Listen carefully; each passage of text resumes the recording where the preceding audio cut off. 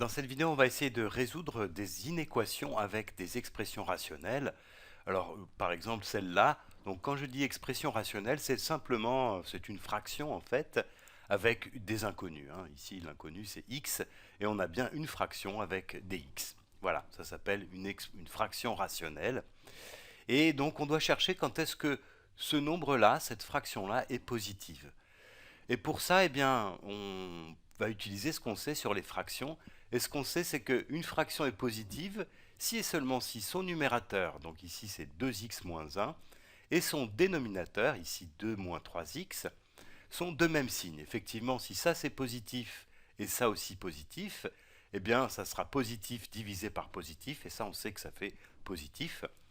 Et s'ils sont par contre tous les deux négatifs, si ça c'est négatif et ça aussi, eh bien ça sera négatif divisé par négatif, on sait que ça fait positif aussi. Par contre, s'ils n'ont pas le même signe, si par exemple celui-ci est positif et celui-ci est négatif, eh bien en fait on aura un nombre positif divisé par un nombre négatif et on sait que ça fait un nombre négatif. Voilà. Donc la règle qui va nous servir, c'est ça.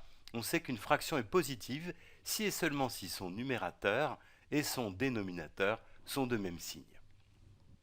Alors, ce que je vais faire du coup pour étudier quand est-ce que cette expression-là est positive, je vais tout simplement faire un tableau de signes, comme on a l'habitude de le faire. On a fait exactement la même chose avec un produit, hein. Donc je vais regarder le signe, alors d'abord le signe de 2x moins 1.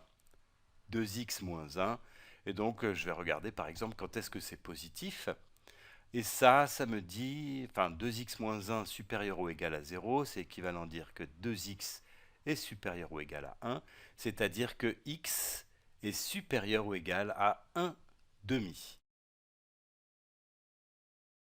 Ensuite, je vais regarder quand est-ce que la deuxième partie, hein, le numérateur ici, quand est-ce que 2 moins 3x est supérieur ou égal à 0. Et donc ça, c'est la même chose que dire que 2 doit être supérieur ou égal à 3x. Et donc maintenant, je vais diviser par 3 des deux côtés. Donc j'obtiens que 2 tiers doit être supérieur ou égal à x. Autrement dit, 2 moins 3x est positif quand x est plus petit que 2 tiers. Alors maintenant, je vais faire mon tableau de signes pour rassembler ces informations-là. Donc je sais que x, alors ici, je vais mettre x et ça va de moins l'infini à plus l'infini. Alors il y a une chose que je n'ai pas dite et qui est vraiment importante à remarquer, c'est que pour que cette expression-là existe, hein, il faut que le dénominateur soit différent de 0. Et 2 moins 3x est égal à 0 si x est égal à 2 tiers. Donc il faut que x soit différent de 2 tiers. Voilà, ça c'est important. C'est, disons, le domaine d'existence de cette expression-là. Alors maintenant, il va falloir que je mette ici les valeurs qui font changer le signe du numérateur et du dénominateur. Donc il y a la première valeur ici, 1 demi, qui fait changer le signe de 2x moins 1. Et puis il y a cette valeur-là, 2 tiers, qui fait changer le signe de 2 moins 3x. Donc c'est ces deux valeurs-là que je vais devoir placer ici. Et je vais les placer dans l'ordre croissant. Alors 1 demi, ça fait 0,5, 2 tiers, ça fait 0,66666. Donc celui-là est un peu plus grand. Alors je vais mettre 1 demi ici et 2 tiers là. Voilà. Alors, maintenant je vais mettre le signe de 2x moins 1 ici sur cette ligne-là. Voilà. Ensuite, alors je vais prolonger ça. Je vais mettre ici le signe de 2 moins 3x. Ensuite, je vais faire les barres comme ça. Voilà. Et puis maintenant, je vais regarder le signe de 2x moins 1. Alors, ce que j'ai dit ici, c'est que 2x moins 1 est positif quand x est plus grand que 1 demi. X plus grand que 1 demi, c'est là. Donc, je vais mettre ça en orange. J'ai un plus ici, un plus ici. Et avant, quand x est plus petit que 1 demi, cette quantité-là est négative. Donc, et puis je sais aussi que quand x est égal à 1 demi, ça fait 0. Voilà, ça c'est pour la première ligne. Et puis 2 moins 3x, je vais mettre ici le signe de 2 moins 3x sur cette ligne-là.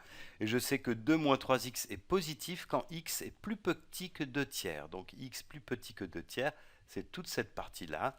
Donc ici, je vais avoir un plus, là un plus, et puis là, du coup, un moins.